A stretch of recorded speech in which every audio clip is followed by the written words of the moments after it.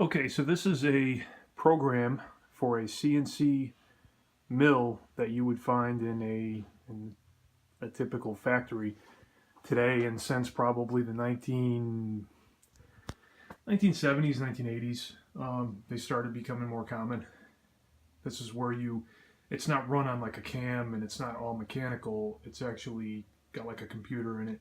For those of you who aren't familiar with this type of stuff, and what you would do, you would punch in the code to make the program.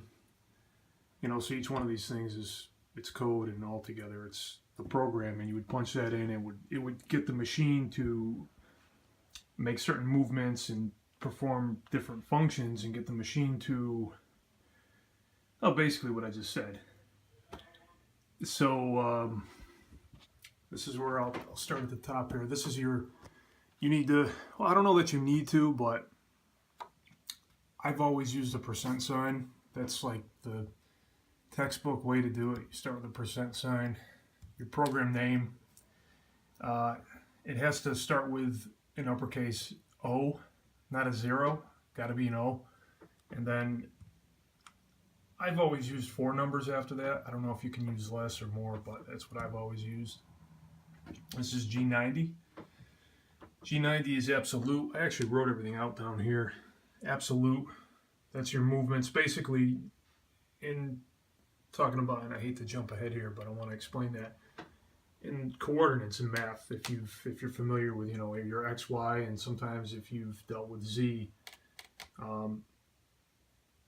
G90 is saying absolute, so it's going to start at the same 0 point. It's going to reference that same 0, which is usually, typically, you don't have to do it this way, but typically your part is going to be right around here. Your 0 is going to be right here, looking in the machine. So here's like the door to the machine, and then here's inside the machine over here, and you're looking through the door, and this is basically where your Y and your X are. Your part's going to be zeroed out to the front left corner. And what G90 does is, instead of making a movement with the tool and then referencing that point as though it were 0, and then making another movement with the tool and referencing that point as though it were 0 from there on, and just keep referencing the last point, which is what G91 incremental is, you're always going to be referencing that same 0. So once you go here, you're going to tell it, let's say, go positive Y 1 inch, and then you're going to say X 1.5 inches.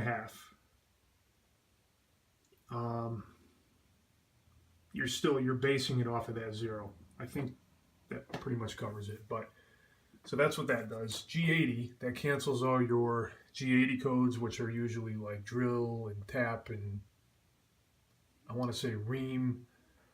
I don't remember all what they do. Basically, they're like drill codes. What G80 codes are, like 81, 82, 83, and so forth. G54 is your workpiece offset. That's you setting that 0 to right there, or wherever you're going to set it to. G40 cancels all the G40 codes. G41, 42 are basically, this one's really kind of tricky to explain. Basically I'm going to try to draw this out right now, because I don't know how else I'm going to explain it. You have, in this case with a mill, the typical tool to use is an end mill. And you're going to tell that tool, looking at the tool like this,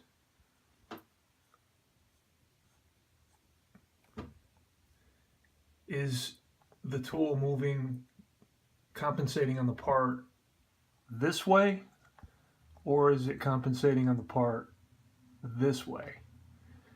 And without making this confusing and turning this into a whole long thing, I'm just going to say that G41 is one way and G42 is the other way.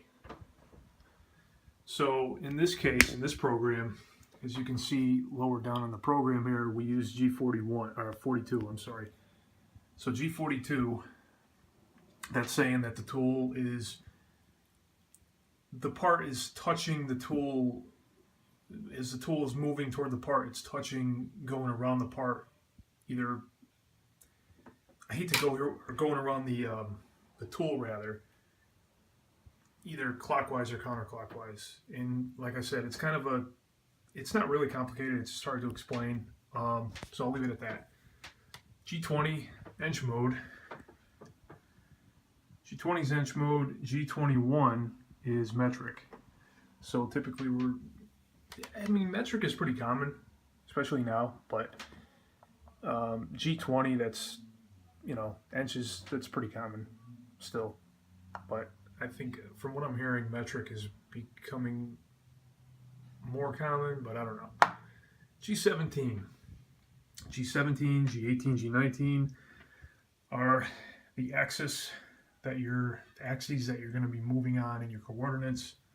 So in this case, because it's a mill and the tool is moving around the part this way, we're going to use G17. If it were a lathe, we would be using G18. And to be honest, I've never used a G19, so I'm not sure. And I won't go into the whole lathe thing now, but just so you get a basic idea. MO6 is a tool change. TO1 is tool number 1. So basically, you got to put all these codes in so it's going to work. Then you're saying grab tool number 1, and then you're saying, okay, this is what we're dealing with for this. Even though I don't think we're dealing with all these right here, but like G80, maybe just G80. But anyway, MO3, spindle turning clockwise. I think it's MO4, spindle turns counterclockwise, if I remember right, but don't quote me on that. S2500, this is your spindle speed. This is your RPMs.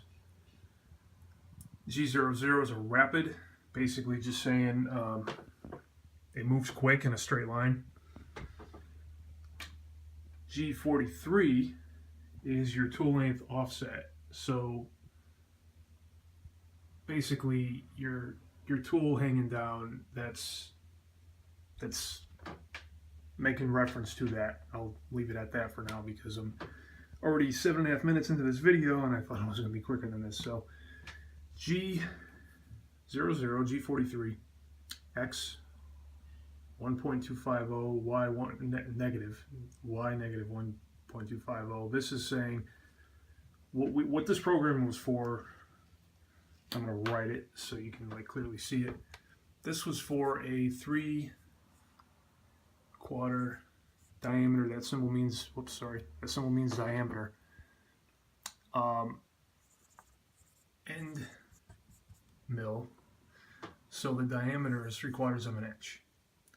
So you want to go 1.5 times the diameter from the part. So from the part, you want to start off, this is a bad spot.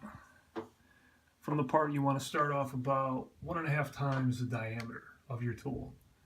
So your part should be right, let's see, 1.5 times, probably right about there. This is your 0.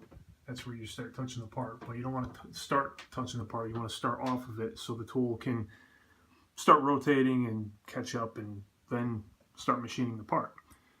HO1 and DO1, I forgot to even cover those, but basically you always want to have these with a G43. Anytime you use G43, you use those.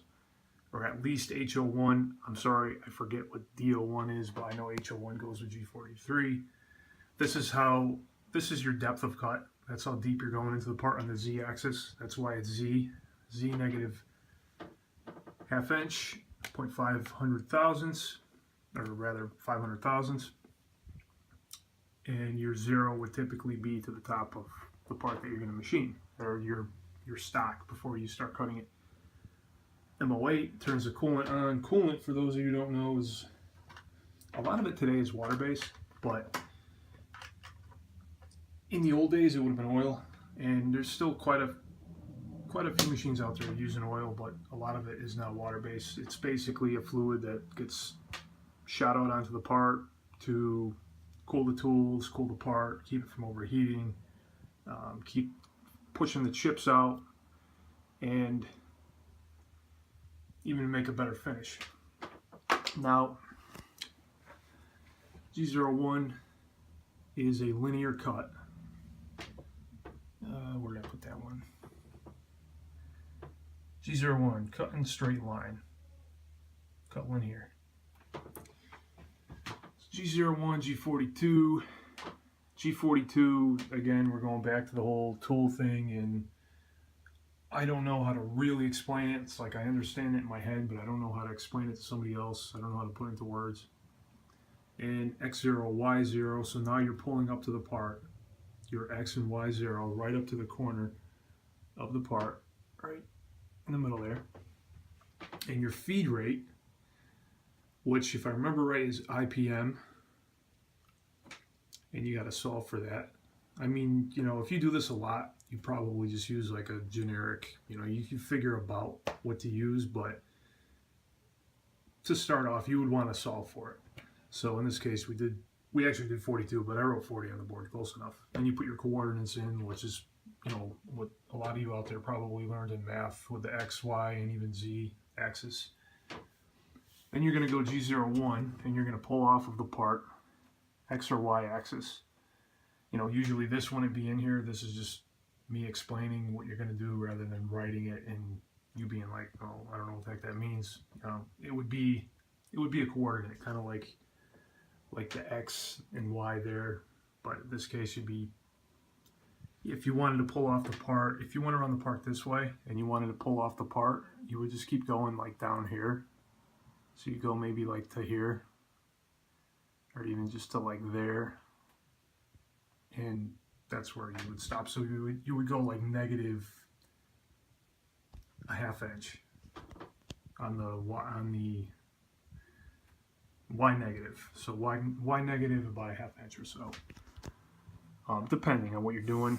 Cooling off, G91 is incremental, G28 is reference home, and Z0. So you're basically telling the machine to pull the cutting mechanism, that holder for that arm, if you will. If you've seen like a drill press, like if you're not familiar with this stuff, but you've seen a drill press, you have the part of the like main part of the drill that holds the tool and the chuck and all that. It kind of has like that like shape to it, and that's kind of what's going to move. That's going to go home. That's going to go way out into the positive X, Y, and Z axes. Let's see. M30 tells the program to end and rewind. M30, end program and go back to beginning. Not go back to beginning and start again until you push the start button, but just go back to the beginning. Otherwise, you would have to like somehow rewind it, or if you stop the program in the middle of the program somewhere and you want to start it up, the machine would just start there and it would probably smash. And it's pretty common that stuff like that happens. Really not good for the machine, but it happens. And then % sign, and that's it. So, yeah, if anybody has any questions, I was going to do a lathe program, which I might do, but that's like, for what I was going to do with a lathe program, it's like 4 or 5 times longer than that. So maybe I won't bother with that, but just to give you guys an idea, like what CNCs are like, what the programs are like, kind of how things work. It's a lot of coding. I guess not a whole lot, but a lot. There's quite a few different things going on here, and a lot of math, and getting your math really accurate, usually not just roundabout. I mean, like I said, for like cutting speeds and feeds, you don't necessarily have to be spot on, but if you need a part that is, let's say, you have a tolerance of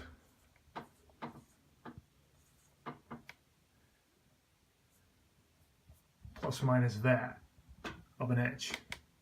That's absolutely tiny. I mean, in the old days it was typically plus minus 0.005 of an inch. Now things are getting more like that.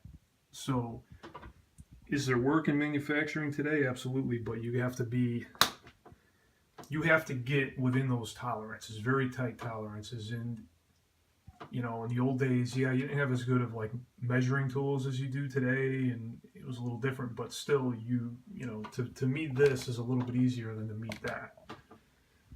So, yeah, any questions, comments, leave them at the bottom.